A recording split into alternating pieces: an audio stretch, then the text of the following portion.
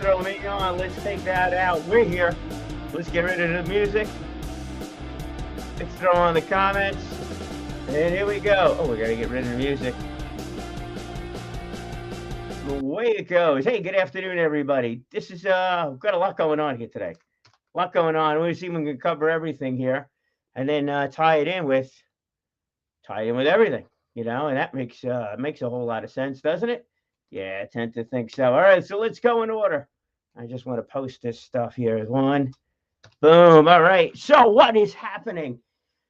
Well, first off, let's go with a date here. It is December 15th, the 15th day of December. It's a Thursday night. Thursdays are always a little bit busy for me in the evenings. Always got something going on. But before we get to tonight, let's get to, actually, in another hour. One more hour. This is 2 p.m. Eastern Standard Time. I'm putting the link up over here. And what we've got, and we'll do a little share screen. And now let's go here. Whoop, wrong button. Well, wrong button. We definitely want to work on this thing, by the way. And this is where we go, share screen. And let's go tab. And it is that one. There they are. Boom, the ladies. That's right. Tracy and Corinne.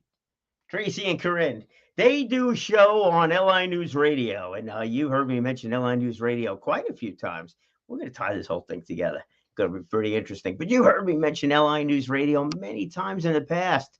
Well, I got a couple of friends that are doing shows over there, which is really nice. David Levenstein, if you're just doing a radio show on LI News, he's the guy to contact. We've had some of the folks from the racing community on that one. Dennis and Pete, this was a year or so ago, talking about this racetrack stuff.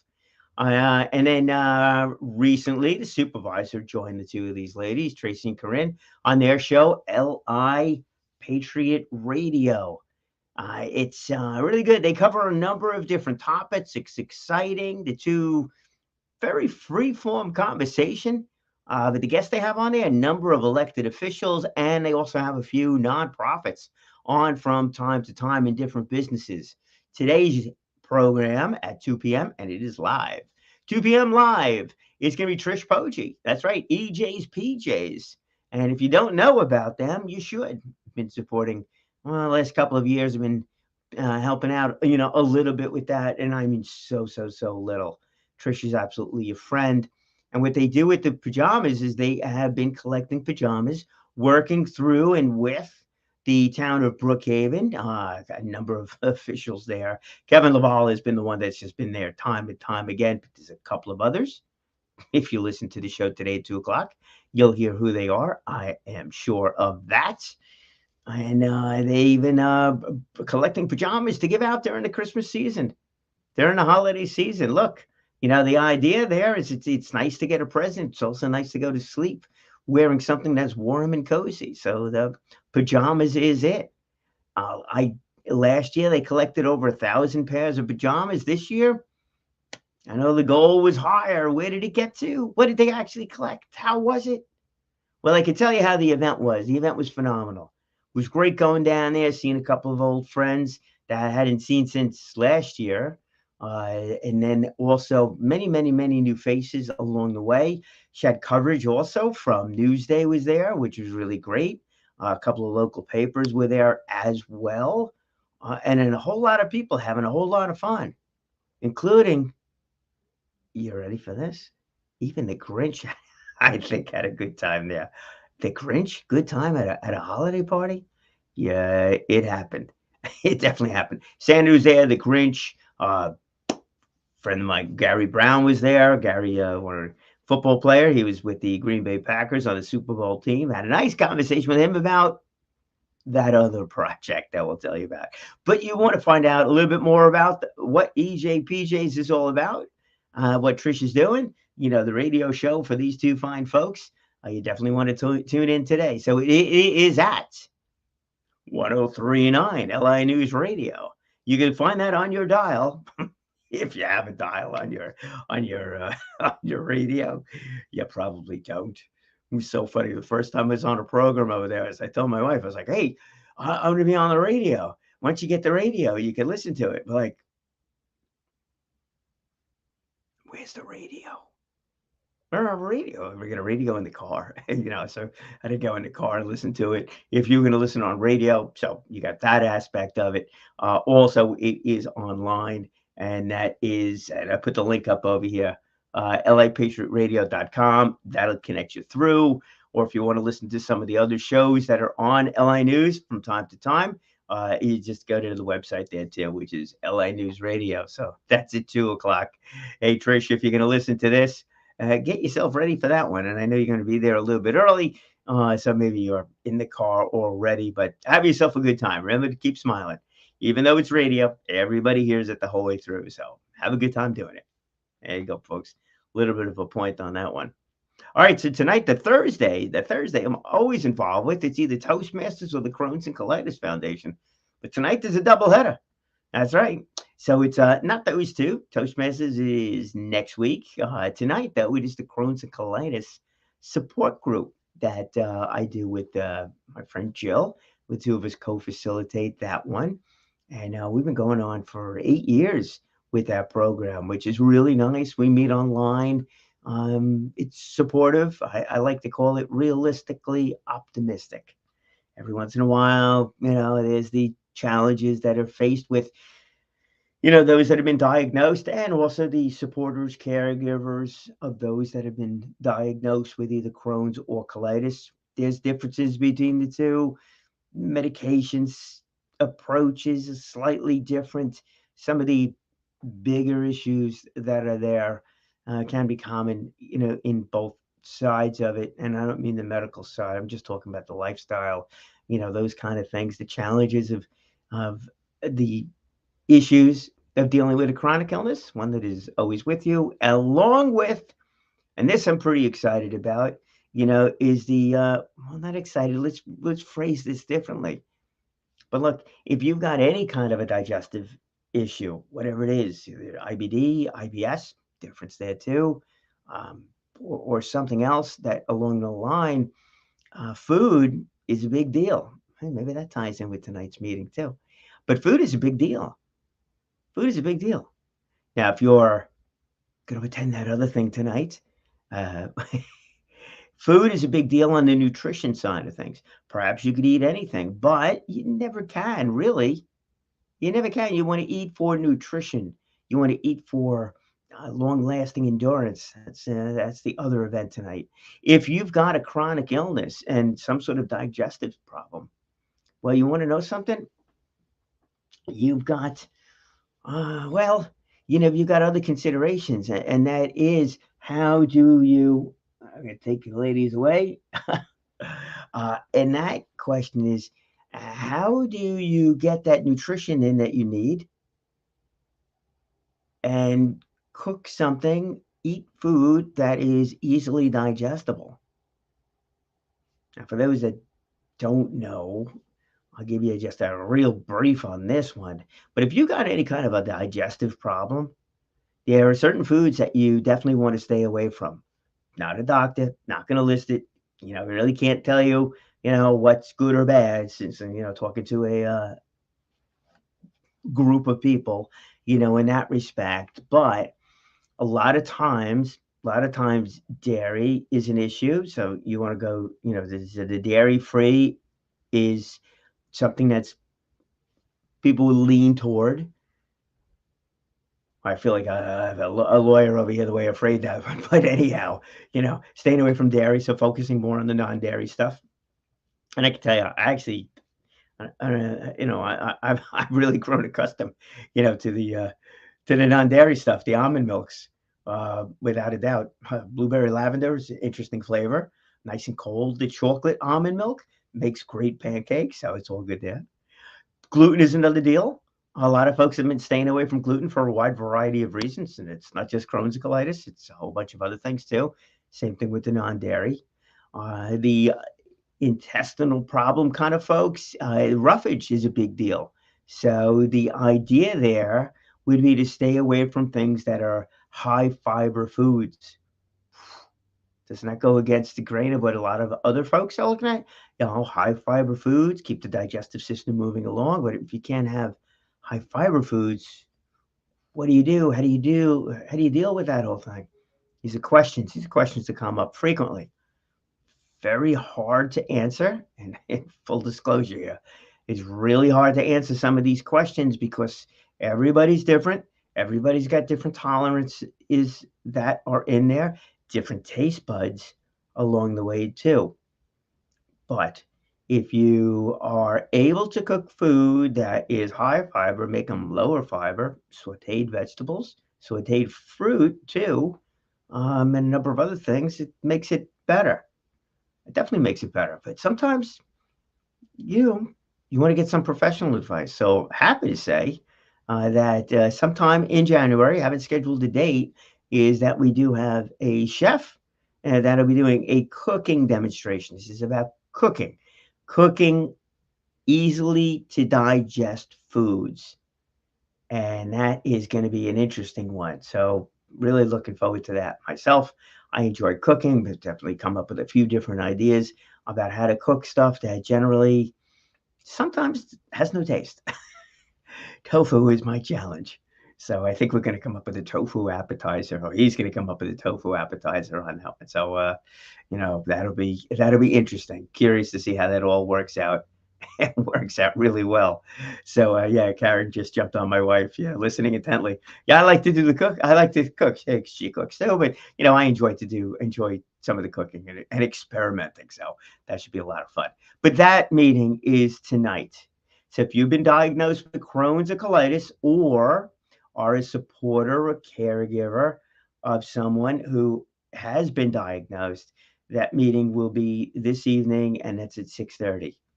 What we've done there is we have fully taken advantage of the fact of online meetings. And without a doubt, that has worked out incredibly well with the support group. Look, sometimes folks are not feeling up to going someplace to go and sit in a meeting and things like that. So it's easier to just go online, click a few buttons, and boom, you're at the meeting. So in that respect, it's good. The other side of it where it works out well is that like I said, we've been meeting for 8 years. We've had a lot of our members, folks that have been participating with us, move.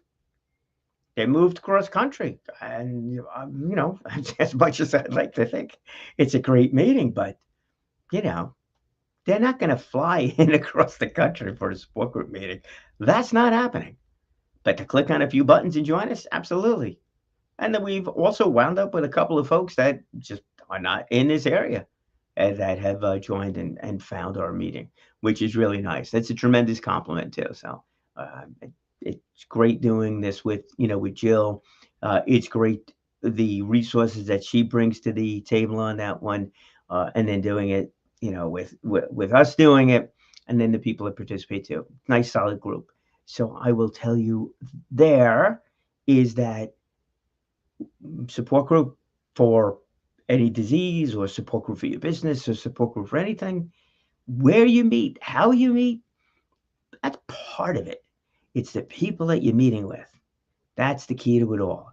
And those folks that show up time and time again, each and every meeting, whether they're going through an issue or not, they're supportive of the group and they get it. It's a giving group. Find yourself a giving group. That's an important thing. All right. Well, I did mention something in there about, eating for nutrition. Now, there's eating when you're a couch potato, that mindless eating thing, which, well, we don't like to talk about that. We don't like to do that, do we? We don't eat mindlessly as a couch potato. Maybe we eat as an endurance athlete. Oh, there's differences there. But who in the world would come up with this idea to go from a couch potato to a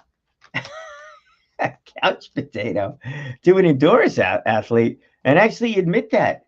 I tell you, Hillary Topper did. Not only did she do that, she was on her podcast. She was on my friend Tim Healy's show, talking about that. I'm not going to have time to find the link on that to share that. We'll post it up on one or the other, posting when I get done over here. But she is a doubleheader. She is going to be at Barnes & Noble over in Northport. We'll flip this around to that one. She's going to be at Barnes & Noble tonight at 7 o'clock. And let's go with, let's get rid of that. Uh, See, she's going to be at Barnes& and Noble tonight at 7 o'clock in East Northport. So if you want to meet Hillary, get yourself a book. She's got an audio book too, which is kind of cool. But if you want to meet Hillary and ask her about that transition of going from, there you go, from couch potato to endurance athlete, you want to give her a call and come down there too. Now, when I say endurance athlete, or when she says endurance athlete, we're not kidding around here. You know, I like to think I've done pretty well. You know, I've run the New York City Marathon 3 times, done a bunch of half marathons, shorter runs, climbed Mount Washington, a couple of times. But oh wait, I did do a triathlon. Let's see, it was it was 100-yard swim. Hmm. I met every lifeguard. That was exciting. I think it was a 5-mile bike ride and maybe a 1.5-mile run. That's a triathlon. It's a little baby triathlon, a little mini triathlon. And it was fun, actually, or funny, meeting the lifeguards all along the way, on one of them. Another one I didn't, but it was in a pool. I was able to follow the lines. There's much to learn about doing that. Well, Hillary, on the other hand, has done triathlons. Real honest to goodness, she's traveled across the country doing these triathlons. It's absolutely amazing. And it is hard. It is hard. But the challenges I faced doing this thing was nothing in comparison. One of the funny challenges I faced. So you swim first. So I would swim. Okay, met the lifeguards. Crazy stuff. Met the lifeguards. Got out of the water. Sat down on the beach to go put my socks on to go ride the bike. The run was the last one in this one, and I couldn't get my socks on because I had wet, sandy feet. Let me tell you something. Go to the beach. Next time you go to the beach, try putting your socks on quickly because remember, you're being timed on the whole thing. And get yourself ready to go. And then you remember, too, you can't just throw those socks on, right? You get a wrinkle in there, and then you got to run on it. It's not good. So there's a lot that goes into it. But there's an awful lot that goes into training for these things. A lot of things. A lot of things. Determination, scheduling, coaching, as she's gone through too with this stuff. Groups of people, another support group. That's a very positive thing. And so she'll be at Barnes& and Noble tonight. So you definitely want to get down there. I am going to do a little double duty over here. Again, it's a good thing in that support group for the Crohn's thing is online. So I'll call in. We won't do the video on that one, but I'll call in and participate that way. So that should be exciting. So, all right. So there you go. You got Hillary's event. Let's pop back over to StreamYard and let us remove Hillary. We're going to take that away. Stop the screen share on that one. And that's the two things for tonight. And then tomorrow. Now, tomorrow, I got to tell you, I've spoken to these people. I have not met with them, but I love the topic. And I actually love the place that they're doing it. This is the Miller Business Center. And there we go. This is at the Miller Business Center. Oh, I got my whole screen up there. Well, so be it. Now you know who my sending messages to. As that kind of goes. What do we have? I don't know if I could shrink that up. It doesn't make a difference. There you go. Another little learning moment over there. Miller Business Center. So the Miller Business Center, that's at the Center Reach Library. The Miller Business Center is in it of itself its own entity at the library. Great people over there. I'm like telling you, just absolutely fantastic. Great resource if you need help with virtually anything. Specifically, though, on the research side of things, building up contact lists for your business. You want to know what businesses, the names of businesses, the addresses, the size, the amount of employees, revenue in a certain category. Reach out to them. They have access to all of those programs like Hoover's, it's Dun & Bradstreet, et cetera, and others that'll help you really get the information you need. You still need to make those phone calls. They're not making calls for you. You still got to put a little groundwork in there. but they'll help you out with all of that stuff. Really great. Also part of the Chamber of Commerce, interacting with a lot of folks. They are very involved with the HIA, the Hot Pog Industrial Association, and all this stuff is complimentary. Fantastic. It just really is. It's complimentary. The business center is not self-financed. They're financed through a trust and some other things that make this stuff free to you. You do not have to live in Center Each. You do not have to be well, you can be a member of the library. It's easy enough to do. You don't have to live in Suffolk County. You don't have to live anywhere in particular. You just go out there, and if you're going for the first time and you're going to speak to them for the first time, I highly suggest you go out there, make an appointment first. This way you could sit down with them and kind of discuss it out. Here's what you need to know. You need to have a plan. You need to know who your target market is. And then sit down, and then they'll guide you through different things that maybe you will or would not have considered. Also, think about it when you're approaching the business aspect of it. When you're approaching your target market, it's money. Money. How much do you charge, and are you reaching out to the right people in that respect? Real overall comment with that one is that if you're charging as a coach, your minimum fee as a coach is $10,000 for a 6 month or a 1 year commitment, right? You're not going to approach startup businesses.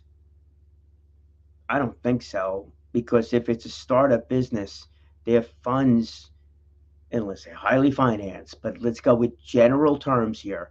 If you're charging $10,000 for a 6 or 12 month commitment to coaching, you're probably going to look for a business that has got X amount of revenue. I don't know, $1 million worth of revenue. Maybe a smaller company, that continues to grow. So I don't know, 5, 10 employees, maybe 20 employees, $1 million revenue. Figure out the factor in that whole thing to see if it's profitable, which you might not be able to tell from that information. But look, if a company's got 20 people and revenue of $200,000, that's not that profitable. If they've got 20 people and $5 million worth of revenue, probably profitable. Probably, at least you don't know what some of the other expenses are, but that kind of thing. But if you could see, and maybe they could send something up for you, that it's a growing company, good reputation, things like that, then coaching all of a sudden becomes something that, they may have an interest in, and they may have enough money for it, and they may have a need for it. So now that becomes clear. Then the question is, how do you create a report for that? And that's when you give them a call and say, this is what I'm thinking, and guide me. And they will certainly do that. And it's all complimentary. Great stuff.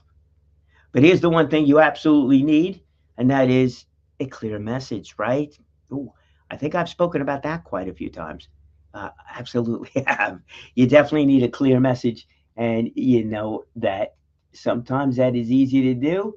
Sometimes that is not the easiest thing to do. But I should have clicked on that. But you know what you need in that respect. I'm going to see if I can get back to the Miller Business Center page for you. But what you need to know, you need to have a clear message. You need to have a clear mission statement. For you, you need to be clear as to who your target market is. And tomorrow's presentation is going to be focusing in that whole arena. I just want to bring this up exactly what we have over there. Miller Business Center, Public Library, programs and events, and you should register for it. Oh, there we go. I got a few things going on. Programs and events, Miller Business Mornings. There we go. All right, so it is. This one is going to be given by Penny Lane Productions. That's Adam Forgione. Spoke to Adam a couple of times, and they help. They're a video strategist, is how Penny Lane Productions puts themselves. So tell your story. I'm a big believer in that. Marketing is most influential when using storytelling. People always remember a good story.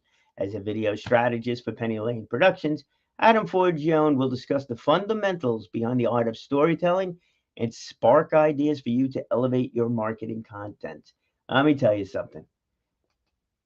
The whole idea, and we'll bring that back over here. The whole idea of having a clear and concise message is incredibly important. Here's another thing I've been meaning to do that I have not done. There we go. I'm going to put that up over there. And sponsored by People's Alliance. Great people over there too. You want to click on that to register. I don't think it's the worst thing in the world if you don't register, but you should register. I think they put out coffee and stuff like that in the morning, so this way they have an idea as to how many people are showing up. So register. It's all good. But doing an intro on your Facebook page, your LinkedIn page, your Instagram page, or any other page, your website, right? We all have these abouts. We all have these abouts on there. Your history, little bio, why you do what you do and all the rest of that kind of stuff. But do people read it? Right, you website analytic people, you can go take a look to see what page people go to, how long they stay there. Well, if they go to that page, that about page, and they're there for 3 seconds, they're not reading it, are they? But maybe you just catch their attention a little bit more if you had a video on that. A little video intro. Does not have to be the same information. Could be something different. You could change it up in it as much as you like. But a little video intros. Hey, one of the projects I'm working on today is as such. I'm looking for people that are in that same category, in an industry, supportive of, and all the rest of that. I spoke with a gentleman yesterday that is looking to get in front of a group of people. His target market is the 50, generally, I think the 50 to 70-year-olds. 50 to 70-year-olds that want to get a little bit more organized and things like that. If he's got the information there about his history, his credibility, but then he's got that on the video, I tend to think people will probably click on the video first. Well, they're going to read the about. And if that video is good, short, sweet, 1, 2 minutes, 3 minutes tops, it'll attract interest and then find out about him and the credibility. Remember, you got to know somebody, then you got to like them. That's when you know, like, and trust. That's the key to the whole thing. So what does all of this mean? And I got 20 seconds to wrap this thing up. Is it all tied together? Yeah. It really is, because in so many cases, whenever you do all of these things, you're going to find out a lot more about yourself. Support groups, mastermind groups, they're going to ask you, and they're going to question you, and you're going to share, and it's going to be a group of people that you trust. So perhaps you're going to get third-party opinions about your plan, about your marketing, about what you're doing. It's very important to do that. What about endurance athletes? Do you need to run a triathlon? No. But you do need to get engaged in something where it's you. That would be one of the questions I'd have for Hillary. What did she learn about herself when training for these things? Going on those long runs, a swim. There's nobody you're talking to when you're swimming. Bike ride, too. Tougher to have a conversation there. What did she learn about herself with that alone time? Is that meditation? Yeah. I think in some respects, it absolutely is. Tomorrow morning's thing, it's another one. All of a sudden, when that camera goes on, it's time to talk. Are you prepared to talk when the camera goes on? Are you prepared to talk in front of people? You know what it does? It creates a catalyst. It creates a catalyst for you to do what you should be doing, and that's being really clear about where you're going. Support group, that's just reality. The Crohn's and colitis thing, that's reality.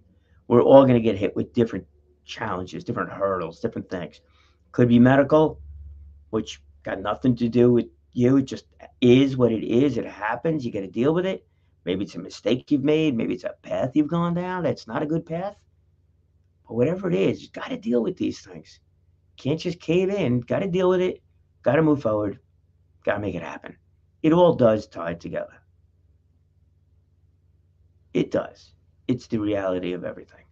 The question, my friends, a question comes up all the time. What are we doing here? What are we doing? What are we looking to accomplish? Why are we looking to do it? What kind of an impact we have on a long-term basis? Answer those 3 questions. Everything else will fall into place, including getting the confidence to go talk about it. And you will, because you will speak well. You will speak often, and you will absolutely live inspired. Hope to see you one of these things.